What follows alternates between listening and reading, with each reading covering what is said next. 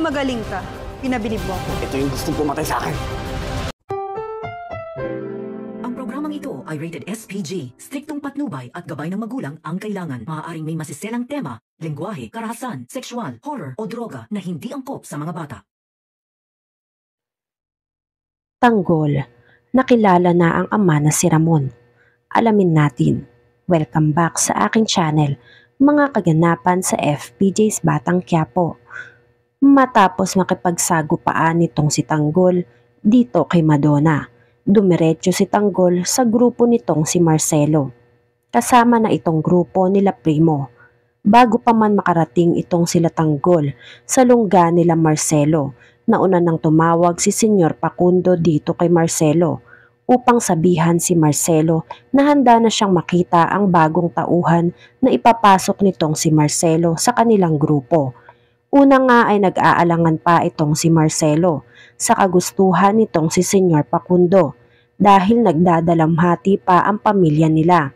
Pero pinagpilitan naman itong Senyor Facundo na hindi po pwedeng madelay ang misyon nila. Kaya kinakailangan ng makilala ni Senyor Facundo ang mga bagong tauhan na ipapasok ni Marcelo. Agad namang tumugon si Marcelo na ora mismo pagdating ng grupo nila Tanggol ay dadalhin agad ito ni Marcelo sa mansyon ng mga kabalyero nang sa ganon ay makilala agad ito ni Senyor Facundo. Samantala, nakarating na nga ang grupo nitong sila Tanggol sa mansyon ng mga kabalyero. Sa pagmamasid ni Tanggol sa mansyon, napansin ni Tanggol itong si Catherine, kaya agad siyang nilapitan nito. Nagwika nga itong si Tanggol na ikaw na naman. Ganon din itong si Catherine. Nagsabi si Catherine kay Tanggol kung nandoon ba si Tanggol para makipagramay sa kuya niya. Agad namang tumanggi itong si Tanggol.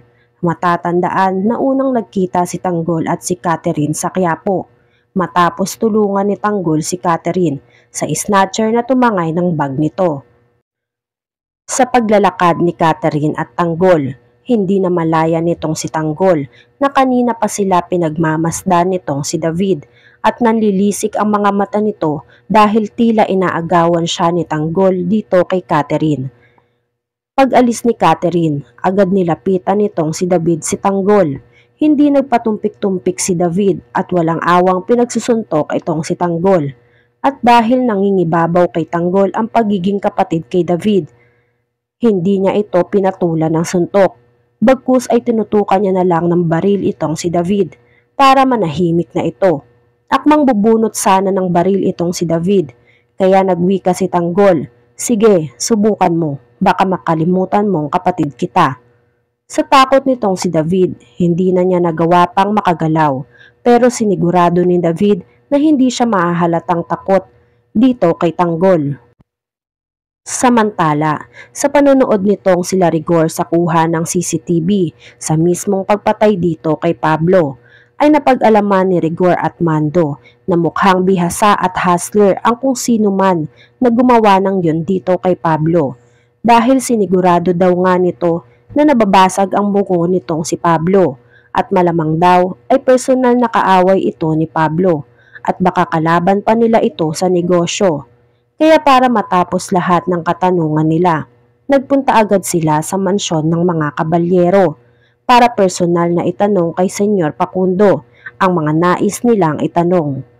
Sa pagbisita naman nitong pamilya Montenegro sa mansyon ng mga kabalyero, nagkaroon agad ng tensyon sa pagitan ni Ramon at nitong si Senyor Facundo. Matapos pasaringan ni Senyor Facundo si Ramon tungkol sa pagpapapatay dito kay Pablo. Sa init ng ulo nitong si Ramon, akmang bubunot sana si Ramon ng baril para ipaputok dito kay Senyor Facundo. Mabuti na lang at inawat agad ito ni Don Julio bilang respeto sa pagkamatay nitong si Pablo.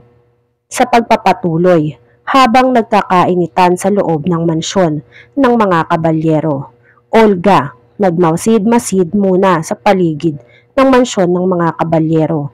Napansin ni Olga na nandun din mismo itong si Rigor, kaya napawika itong si Olga na kapag nakita nitong si Rigor, itong ang si Ramon, ay paniguradong malaking gulo ang mangyayari dito. dahil sa kasalanang ginawa nitong si Ramon kay Marites na nagbunga ng isang tanggol. Sa kabilang banda, handa nang iharap ni Marcelo itong grupo nila Tanggol sa grupo nila Senyor Pakundo. Unang pasok pa lang nga nitong grupo nila Tanggol sa mansyon nito, agad na silang ininsulto na isa lang silang pipitsuging grupo lang. At isa pa nga, nagtagpo ulit itong si Madonna at ito ngang si Tanggol sa mansyon ng mga kabalyero. Kaya hindi nila napigilan na hindi magtutukan ng baril sa isa't isa. Dahil nagulat sila nang magkita sila doon. Dahil sa naging hidwaan nilang dalawa, nagsumbong si Tanggol at tinuro itong si Madonna. Nagwika naman si Tanggol, siya yung rider na gustong pumatay sa akin. Sumagot si Madonna, ang galing mo, napahanga mo ako. Kaya naman bago pa magkarambulan sa loob ng mansyon, inawat na sila nitong si Marcelo at pinakilala ni Marcelo si Madonna dito kay Tanggol. Si Madonna ay isa sa mga tauhan nitong si Senyor Pakundo. Si Madonna ang tagakilatis ng mga bagong papasok sa grupo nila Marcelo. Si Madonna ang sumusubok sa mga bagong tauhan kung karapat-dapat ba itong makapasok sa grupo nila. At hindi naman daw nagkamali itong si Marcelo dahil napakahusay daw ng kinuha nilang si Tanggol. Nag-aalangan tuloy itong si Tanggol kung itutuloy pa ba nila ang pagsapi sa grupo nila Marcelo.